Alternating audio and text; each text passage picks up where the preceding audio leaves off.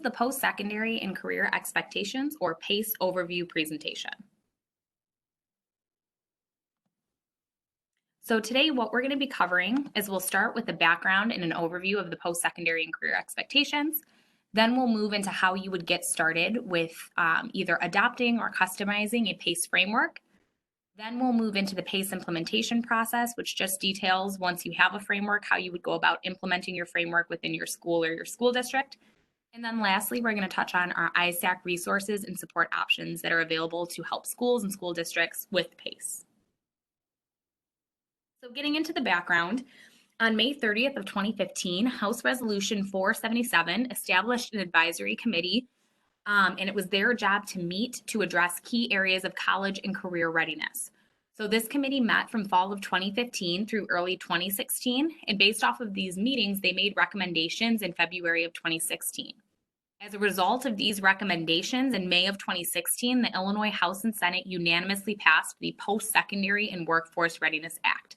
You'll sometimes hear this referred to as the PWR Act or the POWER Act. The PWR Act is made up of 4 components, PaCE being one of them. Then July 29, 2016, Governor Rauner signed this bill into law. So this law partners ISAC, the Illinois Student Assistance Commission, ISB, the Illinois State Board of Education, ICCB, the Illinois Community College Board, and IBHE, the Illinois Board of Higher Education, in developing and establishing a system to ensure high school students are college and career ready. So the 4 partner agencies had a deadline of July 1st of 2007, and they had to come up with and recommend a framework that outlines these post-secondary and career expectations. So thus, on July 1st, 2017, the Illinois PaCE framework was born. So as I mentioned in the previous slide, PaCE is just one component of the Post-Secondary Workforce Readiness Act. As you can see here, the other 3 components are competency-based learning systems, transitional math, and college and career pathway endorsements, which you'll sometimes hear referred to as the CCPE. That being said, with all 4 agencies working on these, there are different agencies that have taken lead on some of these things. For example, PaCE, we are the lead agency that is responsible for PaCE. So the Illinois Student Assistance Commission is the lead agency responsible for doing the outwork or the outreach and the promoting of the post-secondary and career expectations. However, other agencies are involved in the other various components of the PWR Act. For the purposes of this presentation, we are just going to be focusing specifically on the PaCE component. So before we get into the Illinois PaCE framework, it's important to understand some key features of the Illinois PaCE framework. So the first thing that you'll notice is the Illinois PaCE framework begins in 8th grade and it extends through 12th grade. Within each of the different grade levels, there's various categories of benchmarks or goals that students should either be supported to complete or students should gain an understanding of. So each of the benchmarks is sorted into one of 3 domains. You'll either have the domain be financial aid and literacy, which will be indicated by a red bullet, career exploration and development, which is indicated by a yellow bullet, or post-secondary education, exploration, preparation, and selection, which is indicated by a green bullet. It can get a little wordy, so it's easier to think that the red is financial literacy, the yellow is career, and then that green is post-secondary. So when you look at the Illinois PaCE framework, you'll see that you have each of the different grade levels. And within each grade level, the first thing you'll see at the top is the category a student should be supported to.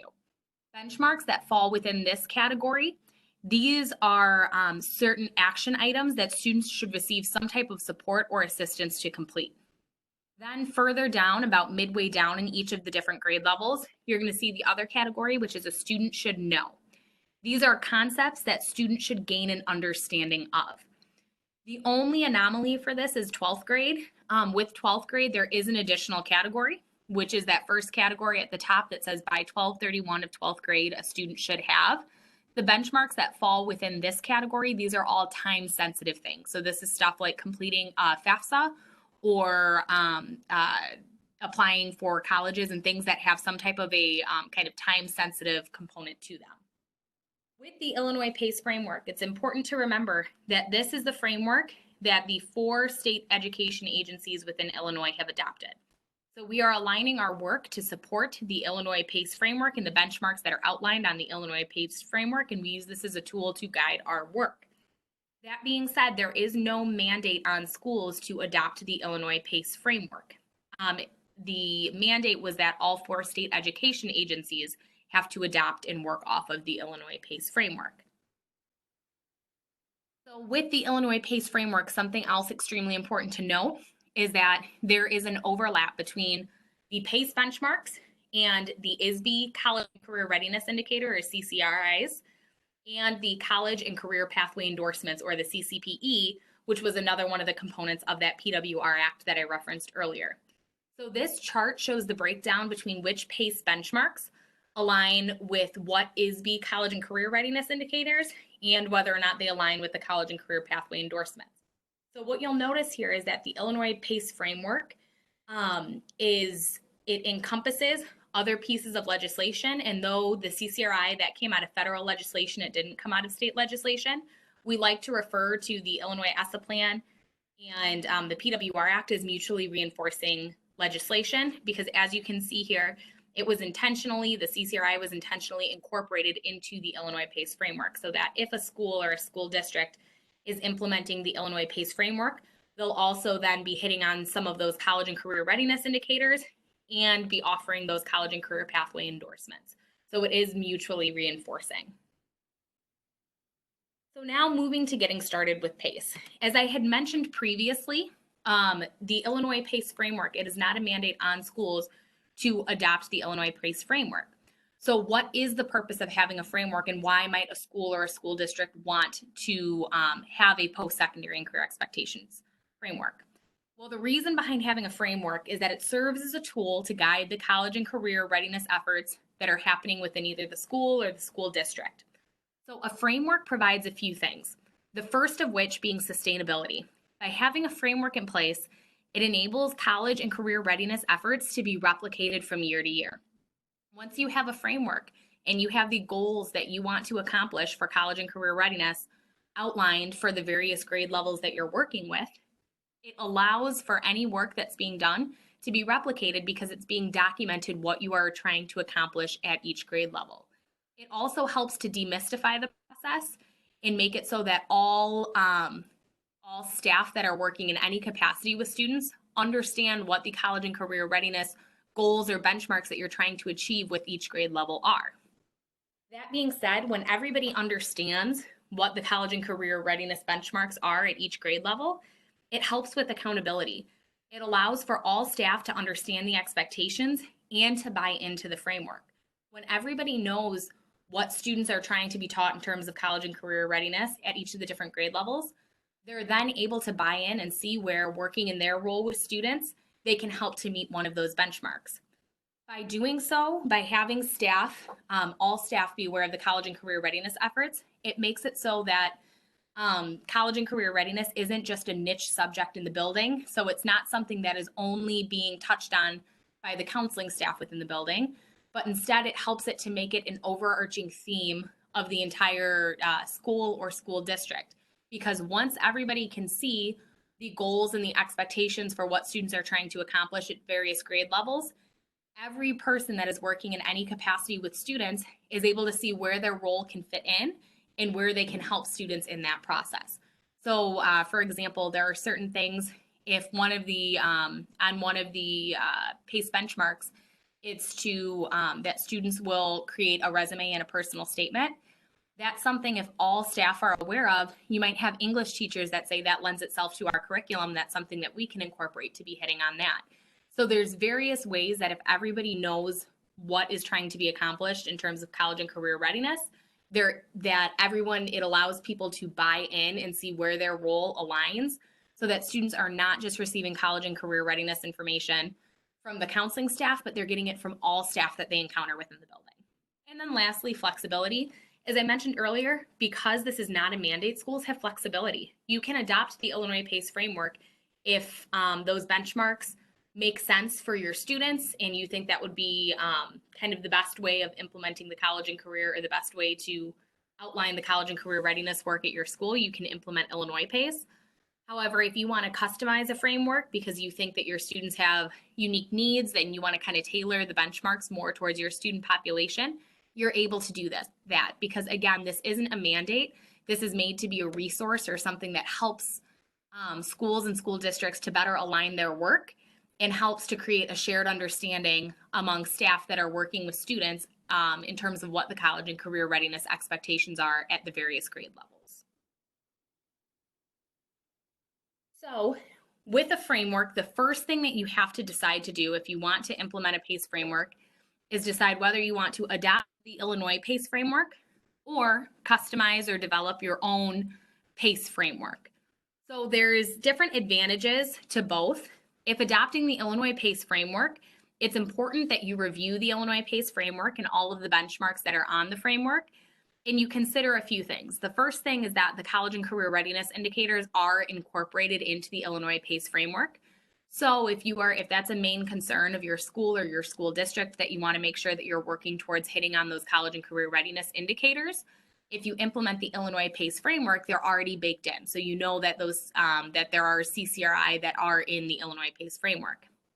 Next thing you want to consider, your administration support or approval. Does your administration want to go with the Illinois PaCE framework, or are they more open to customizing your own? What are the unique needs of your student population? Do the benchmarks on the Illinois PaCE framework meet the unique needs of your student population? What available resources do you have, and what partnerships exist within the community that could help you to hit on some of those benchmarks on the Illinois PaCE framework? It's also important to know that should you choose to adopt the Illinois PaCE framework, there is no formal approval process that is required. So if you want to adopt the Illinois PaCE framework, it's as simple as going to ISAC's website. You can print out the Illinois PaCE framework, distribute it throughout your school, post it on your school's website. It is a free resource that is available to you. You do not need to contact ISAC to receive any type of permission in order to use the Illinois PaCE framework. Now, if you're considering developing a customized framework, there are some things that you want to think about. One is potentially incorporating the college and career readiness indicators into your framework. Because again, the post-secondary and career expectations framework, the intention behind it is that it's outlining the college and career readiness work that your school is trying to accomplish and the expectations you have for students at various grade levels. So if you incorporate the college and career readiness indicators into your framework, it's going to help to ensure that you are actually hitting on those. You also want to consider, if you're developing your own customized framework, who should or needs to be involved in that framework development process. So who are the people that need to be at the table when you're deciding what goes on your framework? You want to figure out whether or not you have administration support or their approval. So figuring out if your administration is on board with this, and then maybe having them be somebody that is involved with the creation and the benchmarks on your framework. You want to consider the unique needs of your student population. So this is kind of the perk of if you decide to customize your own framework, you can tailor it specifically to the needs of your student population. So it's really important that you consider, if you're developing a customized framework, what your students' unique needs are and what are things that you definitely want to make sure you're hitting on within your framework. Also considering available resources and partnerships within the community, so that when you're creating benchmarks, you're taking into account all of the resources you have available to you and the different partnerships and people that you could bring in to help you achieve the benchmarks on your framework.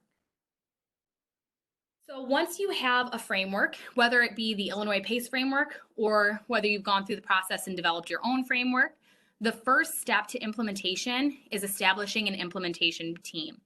So these are the people that are going to be responsible for taking action to actually implement the benchmarks on your framework within your building, so within your school or your school district. So the team should work collaboratively to assess and address and implement programming that aligns with your framework. Involving a variety of district community partners on the implementation team is going to be extremely beneficial because it ensures a few things. When you have people working in various capacities with students on your implementation team, it's going to help to make sure that the unique needs of your student population are being addressed, because you have people approaching it from a more holistic perspective, and it's not just the counseling staff or it's not just administration, but it's people that work in various capacities with students, so it's a more full understanding of what the unique needs and challenges of your student population are. The next thing is it also helps to ensure that all resources are identified and considered. If you bring community partners into your implementation team, that might open the door for more resources that are available to you that you would not have known if you only had school staff that were on your implementation team. And then lastly, it helps to ensure that students are exposed to college and career readiness concepts by various people. So again, this helps to, by including people working in different capacities with your students, it helps to ensure that they're receiving the college and career readiness message, not just from the teachers or not just from the counselors, but they're getting this message from anybody that they are working with within the school. So it's really helpful to kind of make it feel like more of an overarching college and career readiness counselor instead of just a niche subject that is taught by, one specific set of people. So this is a list, and it's not exhaustive, but it's some people that you could consider for potential implementation team members. The important thing is that the effectiveness of PaCE implementation truly depends on the team that is involved. So if you have a strong team of people that buy into your framework that are on your implementation team, you're going to have a lot of success with implementing your framework. So you want to make sure, again, that you're involving people that work within various capacities or people that have expertise in either financial literacy, career, or the post-secondary piece. So some people that you could include are counseling staff, school administration, teachers, community college partners, university partners, your ISAC core representative, or some local business partners. All right, so now we're going to move into the PaCE implementation process. So once you have a framework in place, you've either adopted the Illinois PaCE framework or you've customized your own, and then you have your implementation team who is ready to start working towards implementing your framework. There is an implementation process that we've created at ISAC that your implementation team can use in order to work towards making what is on your framework actually a reality within your building. So at ISAC, we've developed a 3-step implementation process. This is not the only way of implementing a framework. This is just the way that after working with multiple schools with PaCE implementation that we've seen that's been an effective route towards implementing a framework. So step 1 is to take an inventory. Step 2 is to prioritize gaps. And then step 3 is to action plan. For each of these steps, we have created worksheets to help implementation teams complete these steps, which I'll show you within the next few slides. So step 1 of take an inventory, this is where you take your framework, whether it be the Illinois PaCE framework or your customized framework, and you look at your framework and then you look at the work that is being done within your school. So this is where you're saying, okay, we have this listed out on our framework. This is something that we're doing and we're doing well. This is something that we are not doing well, or this benchmark is something that we don't have any programming for that's totally unmet. So when you're taking an inventory, this is where you're assessing what's currently happening in the building and seeing how it lines up with what is on your framework. So the implementation team, when they're doing this, they're asking which benchmarks are currently being met. They're judging how effectively or well the benchmarks are being met. And they're seeing what gaps there are or what benchmarks are not being met. So in order to work through this process, this is the first set of worksheets that we have. These are our step 1 taking an inventory worksheets. This is the only worksheet that is a set. So the way that we broke these up was we broke them up by domain. So the ones that you are seeing on the screen here, this is the set of worksheets for the Illinois PaCE framework. So on these worksheets, we have broken down by domain each of the benchmarks on the Illinois PaCE framework. So this red worksheet is all of the financial literacy benchmarks from the Illinois PaCE framework. On the green worksheet, that's where all of the post-secondary benchmarks are for the Illinois PaCE framework. And then on the yellow, that's where all of the career benchmarks are for the Illinois PaCE framework. We do also have this set of worksheets as a customizable blank set, so that if you were to customize your own PaCE framework, you could then use these worksheets still. You would just have to type in your individual benchmark. So whether you decide to customize a framework or use the Illinois PaCE framework, we do have worksheets available for both. To use these worksheets, what the implementation team would be doing is they go through each of the benchmarks on the worksheet and they are assigning it a degree of completion. So on the top right-hand corner of each of the worksheets, there's a degree of completion scale. A 1 means 0 to 25% of students are doing this. A 2 means 26 to 50% of students. A 3 means 51 to 75% of students. A 4 means 76 to 99% of students. And then a 5 is 100% of students are doing this. So you would go through and you would estimate how many students you think are completing each of the benchmarks on your framework. Once you go through this, it's extremely helpful in taking an inventory because this will allow you to see things that you are doing pretty well. For example, a lot of schools say, you know, if it's something that we've rated a 3, 4, or 5, this is something that we're doing fairly well as a school. And this is a benchmark we're meeting pretty well because we're hitting on it with over half of our students. Whereas anything that's indicated a 1 or a 2, that might be indicative of a gap or where there is there could be either improved programming or there's no programming, so there could be something that's created to help with that. Once you go through this these worksheets, it'll also help to highlight any patterns that you notice. The reason we broke them down into the different domains is because it helps to highlight patterns. Some schools have found that they're doing an excellent job and they're hitting on almost all of their post-secondary benchmarks, but then it's the financial literacy benchmarks that they're have a lower degree of completion. Or some schools have seen things like specific to grade level. So they've seen patterns like they're doing a lot with their 12th graders, but then their 10th graders are lacking in programming. So during this phase, this is where you are kind of taking the heartbeat of what is currently happening at your school and seeing how that aligns with the framework that you have. The next step is to prioritize gaps. So after you take an inventory, the implementation team then goes through the process of documenting what is currently being done to address these benchmarks and brainstorming ideas for ways of addressing benchmarks that are not being met. So for each of these benchmarks, you're going to be documenting any activities that are currently being done that meet these, and then you're brainstorming potential activities to either improve or expand on what's being done. So this is the worksheet for step 2 for prioritizing gaps. So using this worksheet, the implementation team would take all of the benchmarks from their framework, and one at a time, they would include a benchmark in here. So in this example, we have attend a financial aid award letter workshop. You indicate the domain of the benchmark. So this one was financial literacy.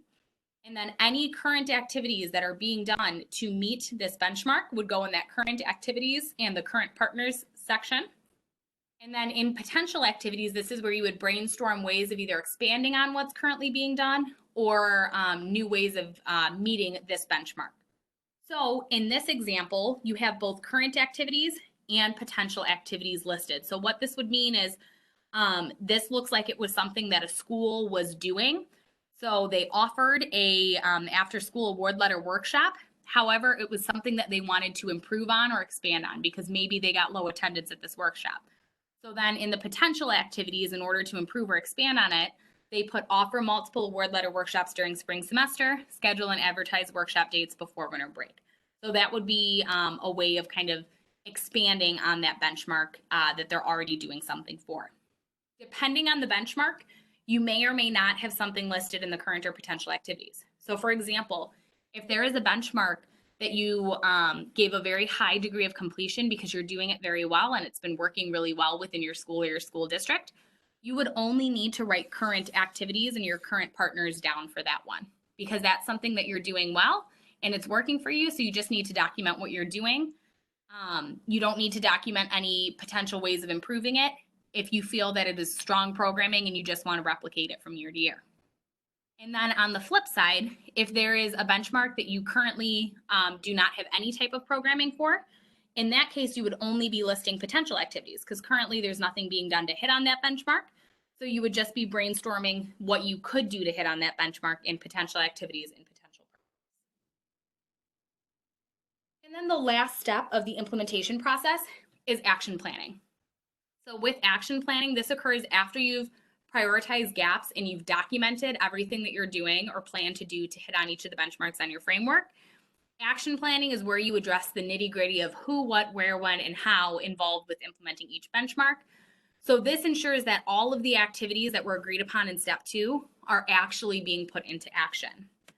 So the worksheets that we have for this look very similar to the step 2 worksheets. So what you would do is you put the benchmark in, you indicate what domain it is, and then you indicate who's involved and what is their role, exactly when it will take place, where will it take place, and any action items that need to happen in order for this to occur.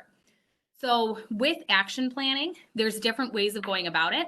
We've seen some schools that only action plan for benchmarks that they're trying to, for new benchmarks that they're trying to implement within that year.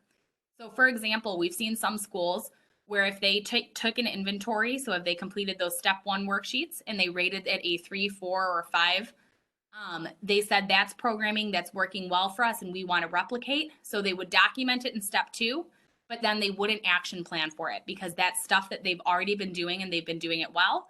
They would just replicate that from year to year. They didn't need to break it down in action planning. And they would only action plan if there was 1 or 2 new benchmarks that they didn't have any programming for, that they're going to try now for the first time to create programming for. They would only action plan for those specific benchmarks because that's stuff that has never been done before. So they really wanted to solidify the logistics. On the flip side, we've also seen schools that action plan for all of the benchmarks. So it's just up to your school and your implementation team as to what they think will work better and what will kind of facilitate a smoother process for them. The key piece with PaCE implementation is remembering that it is a cyclical process. So it's not a one-time thing in order to implement your framework. You don't just take an inventory, prioritize gaps, and then action plan once. It's something you should be revisiting year on and year out. And your framework should be your goal for what you want to be accomplishing with students. It is not a document of what you are currently doing with students. That document is when you're looking at step 1. That's showing what you're currently doing, but your framework is what you're working towards each year. So the goal is that each year that you have your framework, you're getting closer and closer to implementing all of the benchmarks on your framework. So now I'm going to get into our resources and support options that we offer at ISAC to help with PaCE. So the first one being our PaCE website. On ISAC's website, on isac.org, if you go /PaCE, we have a specific page that is just dedicated to PaCE. On this website, we have our customized framework examples. So schools that we have worked with or that have sent us examples of their own customized PaCE frameworks, we have included in here. So this is extremely helpful if you're considering developing your own customized framework and you want to see some examples of what other schools have done with it. There's various ways of going about it. And again, because implementing the Illinois PaCE framework is not a mandate, we have seen a wide array of what schools have done with frameworks and how schools have tailored it to the specific needs of their population. The next thing on here is our fillable framework template. So if you want to customize your own framework, we do have a blank template that matches the Illinois PaCE framework, but it's fillable. So you could use this template to create your own customized PaCE framework. Additionally, all of the implementation worksheets that I highlighted in this presentation are on our website, so you can access them. We have the Illinois PaCE framework version.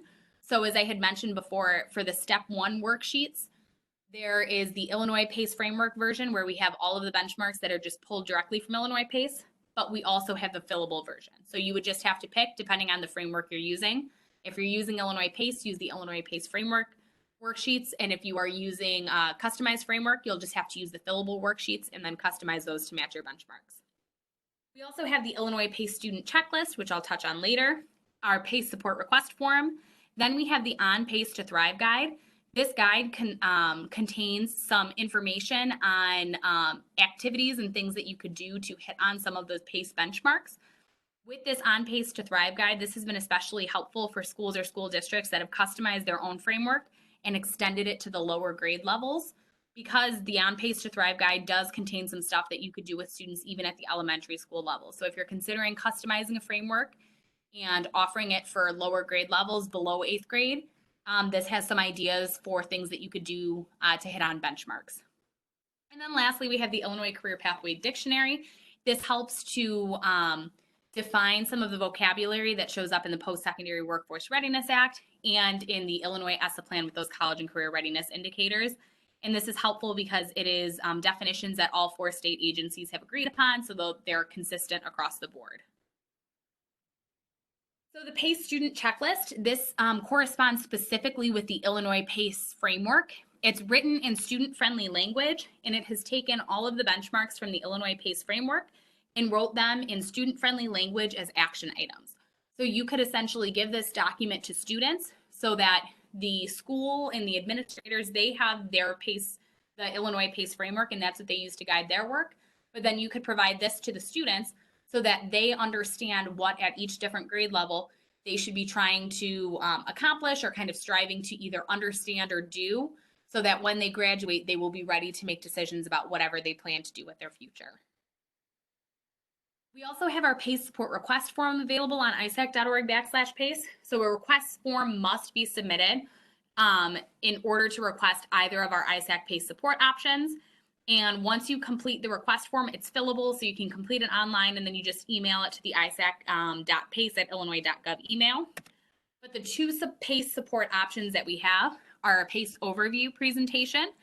This presentation is the PaCE overview. It takes 1 to 2 hours, depending on the amount of questions, and it's available in person or via webinar. Then we also have the PaCE Framework Development Workshop. So the PaCE Framework Development Workshop is only for schools or school districts that are customizing their own framework. If you are adopting the Illinois PaCE framework, you do not need to do a PaCE Framework Development Workshop because the framework you are going to be using has already been developed. You just have to adopt and start implementing the Illinois PaCE framework. So this is only if you are going to customize a framework, would you potentially request a PaCE Framework Development Workshop. With these, they take 3 hours. And in order to request one, we require that there is a framework development team established. So we require that it is for a group of people. And we will send ISAC facilitators to come out and host a consensus style workshop to determine which benchmarks are going to be on your framework. After the workshop, you will receive your customized framework. We will type it up in a template to match the Illinois PaCE framework. And then we will also customize those step 1 worksheets for you with your specific benchmarks, and we will send all of that over to you as well. So you do not need to go through a PaCE framework development workshop if you plan on customizing your own framework. However, we found that this option can be very helpful for schools that do plan on customizing a framework, just because it's a facilitated discussion. So it helps to keep the discussion on track, and it helps to make sure that the input of everybody that is on the framework development room is taken into account when your framework is being created. We also offer something called PaCE Implementation Leader Training. So with PaCE Implementation Leader Training, this is an intensive 4-hour training that we offer, and it is to help train somebody to serve as the leader of the school's implementation team. So during this training, we give a very in-depth explanation of PaCE and the legislation behind PaCE. Then we get into the PaCE implementation process and best practices and resources for supporting implementation teams through the process. So ideally, after a person goes through the PaCE implementation leader training, they're able to go back to their implementation team and lead the implementation team through the completion of the worksheets, so that they're able to move them through the implementation process. So ideally, the person that goes through this is going to have a very in-depth understanding of PaCE and be able to lead their implementation team through actually implementing their framework. The PaCE implementation leader training, this is not designed so that this is the sole person working to implement PaCE. It's just designed so that there's kind of an in-house expert within your school or your school district that can help your team to move through the process. PaCE implementation leader training, information about dates that we are offering this training is available at isac.org/PILT. Then there's the Postsecondary Workforce Readiness newsletter, or the PWR newsletter. As I had mentioned earlier, PaCE is only one component of the PWR Act. So in order to stay up to date on all of the components of the PWR Act, you can sign up to receive this newsletter at pwract.org. If you scroll to the bottom, you'll see where you're able to sign up. And it covers PaCE, competency-based learning systems, transitional math, and college and career pathway endorsements. This can also be extremely helpful because I had mentioned earlier, all 4 state education agencies have varying degrees and are working in various capacities with each of the different components. So this can really help you to figure out what is currently going on within each of these different components and who's the best person to reach out to in order for to receive more information or support. Thank you very much for your time. If you have any more questions or anything regarding PaCE, please feel free to email us at isac.pace@illinois.gov.